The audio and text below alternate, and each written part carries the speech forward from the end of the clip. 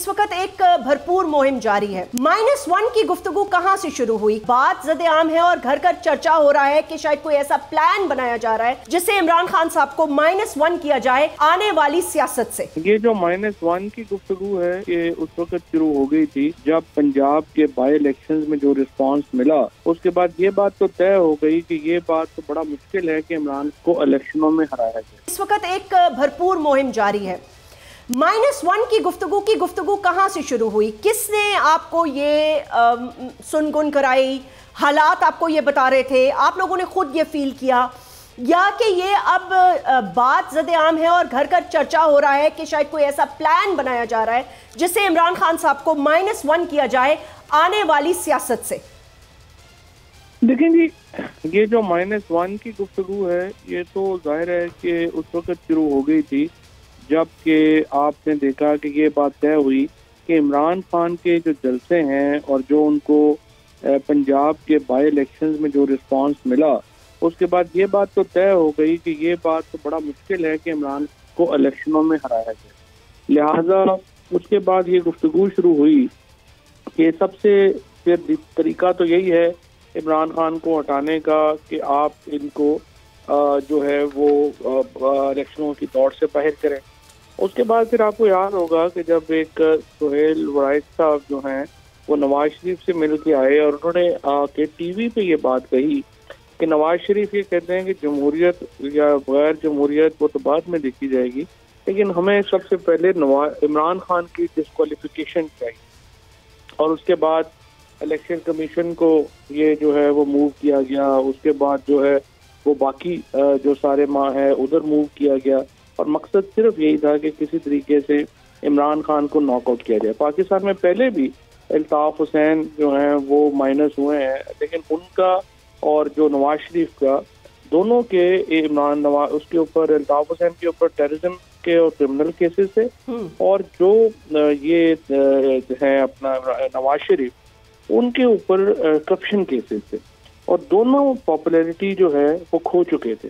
जबकि यहाँ पे तो जो इमरान खान का मामला है उसमें ये था कि इमरान खान तो is at the peak of his popularity, तो और फिर उनके ऊपर कोई केसेस नहीं है। तो अब ये एक मुश्किल सूरत हाल है इनके लिए कि इमरान खान को ऐसे वक्त में डिस्क्वालीफाई करना कतई तौर के ऊपर उस तरह का मामला नहीं है जिस तरह से अल्ताफ हुसैन का या आपने नवाज शरीफ का। फवाद चौधरी साहब, ये बात तो obviously writing on the wall है कि जो दो नाम आप ले रहे हैं उसमें चले नवाज शरीफ साहब का तो नाम मैं ले लेती हूँ, he was the former prime minister of this country, मगर एक इंसान को तो बिल्कुल ही आप निकाल देना सियासत से, उसको तो माइनस करने का सिर्फ सारा मकसद ही ये था कि उसने पूरे मुल्क में दहशतगर्दी और कराची में खूना गर्दी मचाई हुई थी, तो वो तो माइनस खुद ही हो गया क्योंकि उसने झंडे जलाने शुरू कर दिए और पाकिस्तान के खिलाफ नारे लगाने शुरू कर दिए। तो खान साहब का मवाजना तो उस शख्स से किसी तरह भी हो ही नहीं सकता। आपने सिर्फ मिसालें दी कि ये दो शख्स माइनस हुए, तो मैंने कहा चले नवाज शरीफ का जिक्र कर देती हूँ, उनके साथ फिर भी सियासी तौर पर किसी तरह का मुआवजा हो सकता है, बट आपने कह दिया उन पे करप्शन केसेस थे, ठीक है, उनको भी इकामा पे निकाला गया। इकामा भी एक झूठ है कि उन्होंने झूठ बोला आवाम से। उन्होंने कहा मेरी जिंदगी एक खुली किताब है, वो खुली किताब नहीं थी। अब मुझे ये बताइए कि जो इस वक्त इस्लामाबाद में 2 केस सब जुडिस केस, तो हम बहुत एहतियात के साथ बात करेंगे and we'll just touch the paraphrase. 2 मौक़िफ़ मेरे सामने आ रहे हैं जब मैं बात कर रही हूँ सीनियर क़यादत तहरीक इंसाफ की। एक का मशवरा ये है कि गैर मशरूत तौर पे माफ़ी नामा दाखिल करा दिया जाए, दूसरी ये कहती है कि अगर ऐसा कर दिया और वो माना ना गया, वो एक्सेप्ट ना हुआ, तो डायरेक्ट डिस्क्वालिफिकेशन है। Is that correct?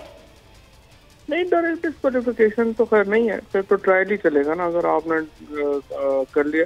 देखिए मैं आपको बताऊं, अब तक हम 3 दफ़ा अपॉलॉजी कर चुके हैं। ये कहना मैं माफ़ी मांगता हूँ, ये कहना आई रिग्रेट, ये कहना I take my words back, I never wanted to hurt anyone, ये सारे यही है ना। अब ये अनक्वालिफाइड अपॉलॉजी या अनकंडीशनल अपॉलॉजी जो है वो तो एक वर्ड है। मेरा ये ख्याल है उस दिन अगर अदालत इमरान खान को बात करने की इजाज़त दे देती तो शायद जो है वो ये मामला इस महज में पहुँचता ही ना, लेकिन अनफॉर्चुनेटली वो उस दिन समहाउ जो खान साहब की को जो बात करने की इजाज़त नहीं मिली, उसकी वजह से एक जो मामला है वो ये आगे चला गया। अदरवाइज ये उम्मीद है मुझे कि इतना आगे नहीं बढ़ता। بول کسی کے بھی دباؤ میں آ کر اپنے فیملی ممبرز کو علیحدہ نہیں کرے گا۔ بول ہمیشہ عوام کی آواز بنتا رہے گا اور عوام کے مسائل دکھاتا رہے گا۔ بول کی عوام سے خصوصی دعاؤں اور ساتھ دینے کی اپیل۔ سب سے زیادہ ویوز، سب سے زیادہ ریلز اور سب سے زیادہ ریٹنگ کے ساتھ بول اب بھی نمبر 1 پوزیشن پر برقرار۔ سبسکرائب کریں اور بیل دبائیں تاکہ کوئی خبر رہ نہ جائے۔